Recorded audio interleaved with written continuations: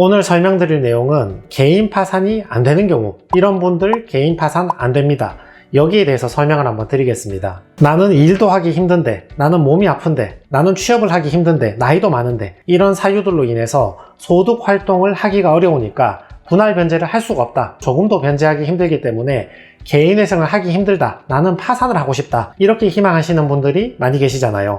뭘 3년씩 분할 변제를 하느냐, 한 방에 날리고 싶다. 이런 분들이 많이 계시죠. 그분들을 위한 영상입니다. 우리 채무자회생법 제564조 제1항을 보시게 되면 다음 각 호의 사유에 해당하는 경우를 제외하고는 면책을 허가해야 된다, 그렇게 규정이 되어 있거든요. 그러면 답이 나왔네요. 다음 각 호에 해당하면 파산이 안 되고 다음 각 호에 해당하지 않으면 파산이 된다, 이렇게 볼 수 있겠죠. 그래서 파산이 안 되는 사유가 제1호부터 제6호까지 6개의 사유가 있으니까 그걸 한번 살펴봅시다. 첫 번째는 파산 관련 범죄에 해당하는 경우에는 면책을 하지 않습니다. 당연한 소리죠. 법에서 이런 행동을 했을 경우에는 형사처벌까지 하겠다, 이렇게 규정을 했는데 그런 불법적인 일까지 했는데 파산 면책을 해준다면 문제가 되겠죠. 다만 주의할 사항은 이 사항에 해당한다고 회생법원에서 무조건 고발해서 형사처벌한다가 아니라 실무상으로는 굳이 형사처벌까지는 하지 않고 그냥 면책 불허가로 종결하는 경우가 많고, 그 비위나 사기성의 정도가 매우 중할 경우에만 고발을 해서 처벌을 하는 경우가 있는 거죠. 그 예시가 제650조 사기파산죄 같은 게 있거든요. 사기파산죄가 뭐냐 하면 채무자인 내가 가지고 있는 재산을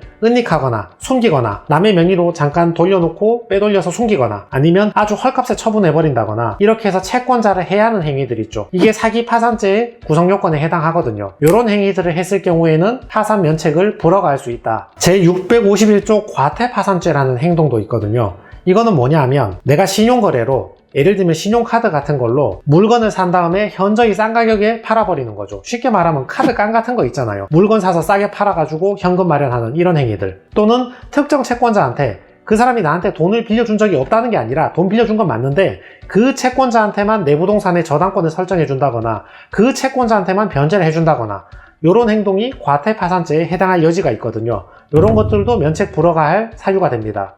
제653조 구인불응죄도 있거든요. 이건 뭐냐 하면 법원의 판사가 구인 명령을 내리는 겁니다. 채무자 보고 나오라, 이렇게 명령을 하는 거죠. 근데 안 나오고 도망다니거나 숨거나 하면 이것도 파산 관련 범죄로 처벌될 수 있고 면책 불허가 될 수 있는 사유가 됩니다. 제656조는 파산 증례죄인데요. 파산 관제인처럼 파산 업무를 하는 공무원에게 뇌물을 준 경우, 뇌물을 주겠다고 약속을 하거나 제공의 의사표시를 한 경우, 이런 경우도 면책 불허가 사유가 됩니다. 제658조 설명의무 위반죄도 있거든요. 법원이 뭔가를 설명하라고 했는데 채무에 대해서 또는 재산에 대해서, 현황에 대해서 설명을 하라고 했는데 설명을 하지 않거나 또는 허위의 설명을 했을 경우에도 면책 불허가 사유가 됩니다. 두 번째 사유는 파산 선고 전 1년 이내에 파산 원인이 있다는 것을 숨기고 신용거래로 재산을 취득한 경우거든요. 파산 선고 전 1년 이내라 그러면 최근을 의미하는 거죠. 파산 원인을 숨겼다는 뜻은 내가 지급불능 상태에 있다는 것을 숨겼다는 말입니다.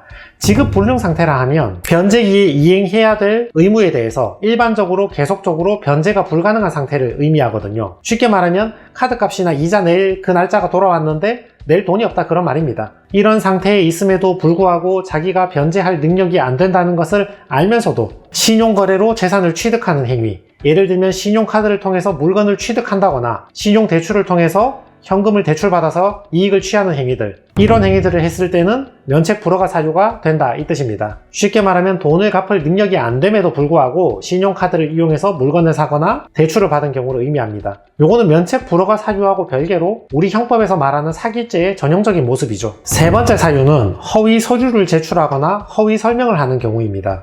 예를 들면 채권자 목록 같은 거 있잖아요. 내가 누구한테 돈을 빌렸는지에 대해서 빌린 적이 없는데 빌렸다고 저 사람을 채권자로 넣거나, 빌렸는데 오히려 일부러 내가 저 사람한테는 돈을 빌린 적이 없는데 저 사람한테 채무가 있다고 집어넣거나, 반대로 저 사람한테 돈을 빌렸는데 빌린 적이 없다고 일부러 기재를 안 하거나, 이런 행위들은 허위의 채권자 목록을 만든 행위에 해당하거든요. 법원에서 채무자의 얼마 남지 않은 재산을 환가해서 채권자한테 공정하게 나눠주려고 하는데 나는 저 친구한테 1억을 빌린 적이 없단 말이죠. 근데 1억 빌렸다고 채권자 목록에 기재를 해버리면 그 친구는 채무자 재산을 팔아서 나온 재산 중에서 일부를 받아가게 되는 꼴이잖아요. 그러니까 이런 것들은 허위 채권자 목록, 허위 진술에 해당하는 것입니다. 그리고 재산 상태도 마찬가지입니다. 재산 상태에 대해서도 허위 진술이나 허위 설명을 하면 안 되는데, 특히 4명의 재산뿐만 아니라 타인 명의로 맡겨놓은 재산도 포함해서 하는 말이거든요. 내 명의의 재산이 부동산이 있는데 없다고 거짓말하는 것도 안 되지만 타인 명의로 가족이나 친구 명의로 예금이나 부동산을 취득시켜 놓고 그러면 내 거잖아요. 근데 그게 없다고 거짓말을 하는 것도 허위 진술에 해당한다. 면책 불허가 사유에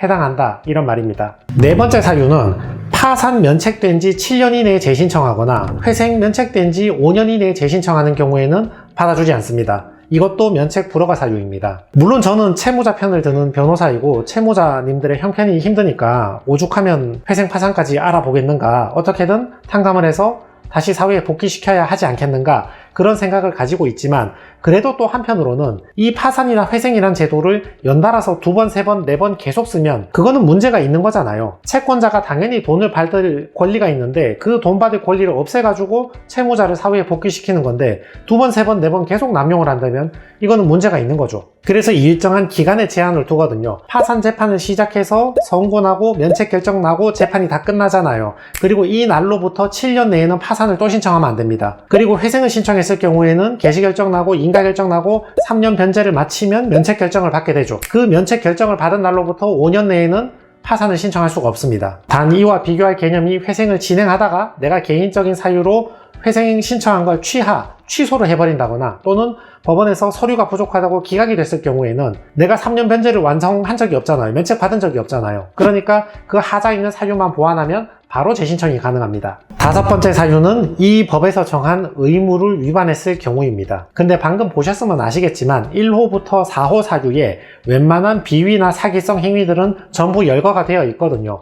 그렇지만 또 머리 좋은 일부의 채무자가 그 4가지의 규정을 피해서 사기적인 방법으로 파산 면책을 받을 것을 대비해서 제5호의 보충적 규정을 만들어 둔 것이죠. 쉽게 얘기하면 서류, 설명, 출석 이런 사안들에 대해서 법에서 정해준 의무를 위반했을 경우에는 면책을 불허가하겠다 이 말입니다. 제출하라는 서류를 제출하지 않거나 허위 서류 제출할 때, 설명하라고 했을 때 설명 안 하거나 허위 설명할 때, 출석하라고 했는데 출석 안 했을 때 이런 경우에는 이 법에 정한 의무를 위반한 것이니까 제5호에 따라서 면책 불허가가 나올 수 있습니다. 6번째는 과도한 낭비, 도박, 상행 행위로 인해서 내 재산이 현저하게 감소가 되거나 내 채무가 과대하게 늘었을 경우입니다. 낭비라는 것은 한 달에 얼마를 쓰면 낭비다 이렇게 법으로 정해둔 게 아니고요. 그 사람의 소득이나 재산 상황을 봐서 결정을 하는 것이거든요. 예를 들어서 한 달에 200번은 싱글이야, 미혼이야. 근데 한 달에 300만 원 썼다. 그러면 낭비가 될 여지가 있겠죠. 근데 한 달에 500번은 가장인데 4인 가족을 부양하는데 한 달에 300을 썼다. 이건 낭비가 아니겠죠. 이렇게 그 사람의 소득이나 재산 상황에 봐서 낭비에 해당하는지 안 하는지를 검토하는 것입니다. 도박이나 사행 행위라는 것은 운에 따라서 그 사람의 수익률이 결정되는 행위들을 의미하는데 토토, 바카라, 파워볼 이런 도박들은 당연히 해당하고 주식 코인도 과대할 경우에는 사행 행위에 포함해서 보는 것 같습니다. 한편 주의할 것이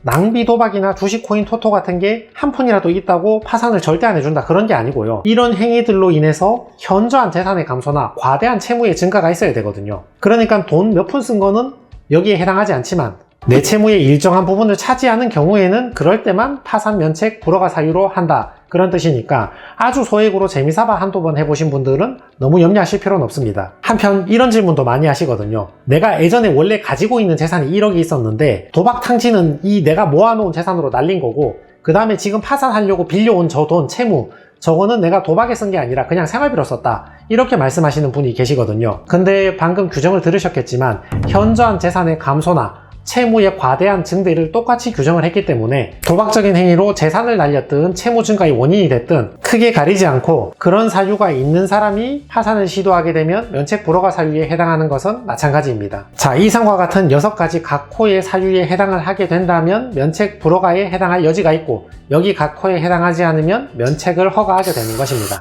단 7번째로 하나 더 말씀드릴 게 있는데 채무자회생법 제564조 제2항을 보시면 재량면책이라는 규정이 있거든요. 방금과 같은 면책 불허가 사유가 있다고 하더라도 파산의 경위나 기타 사정을 고려해서 상당한 이유가 있다면 법원 재량으로 면책 결정을 내려줄 수가 있거든요. 그 채무자가 채무를 발생시킨 경위라든지 변제를 하기 위해서 얼마의 노력을 했는지 지금의 재산 상태와 수입 상태는 어떤지 앞으로 갱생의 가능성이 있는지 도와줄 가족이 있는지 채권자의 태도는 어떻고 채권자가 이의 신청을 강력하게 제기하고 있는 상황인지 그냥 소극적인 태도에 머물러 있는 것인지 이러한 사정들을 종합을 해서 면책 불허가 사유가 있다 하더라도 재량 면책으로 면책 허가를 내려줄 수 수 있다 이런 규정이니까 방금과 같은 면책 불허가 사유가 티끌 만큼 있다고 무조건 안 된다 이렇게 절망하실 것은 아니라고 봅니다. 마지막으로 파산 면책 불허가에 대해서 정리를 해드리자면 실무상은 개인 파산을 신청했을 때 이런 사유가 없다면 면책 허가를 내려주는 것이고 이런 사유가 있다 하더라도 굉장히 경미하거나 큰 문제가 아니고 소액이라면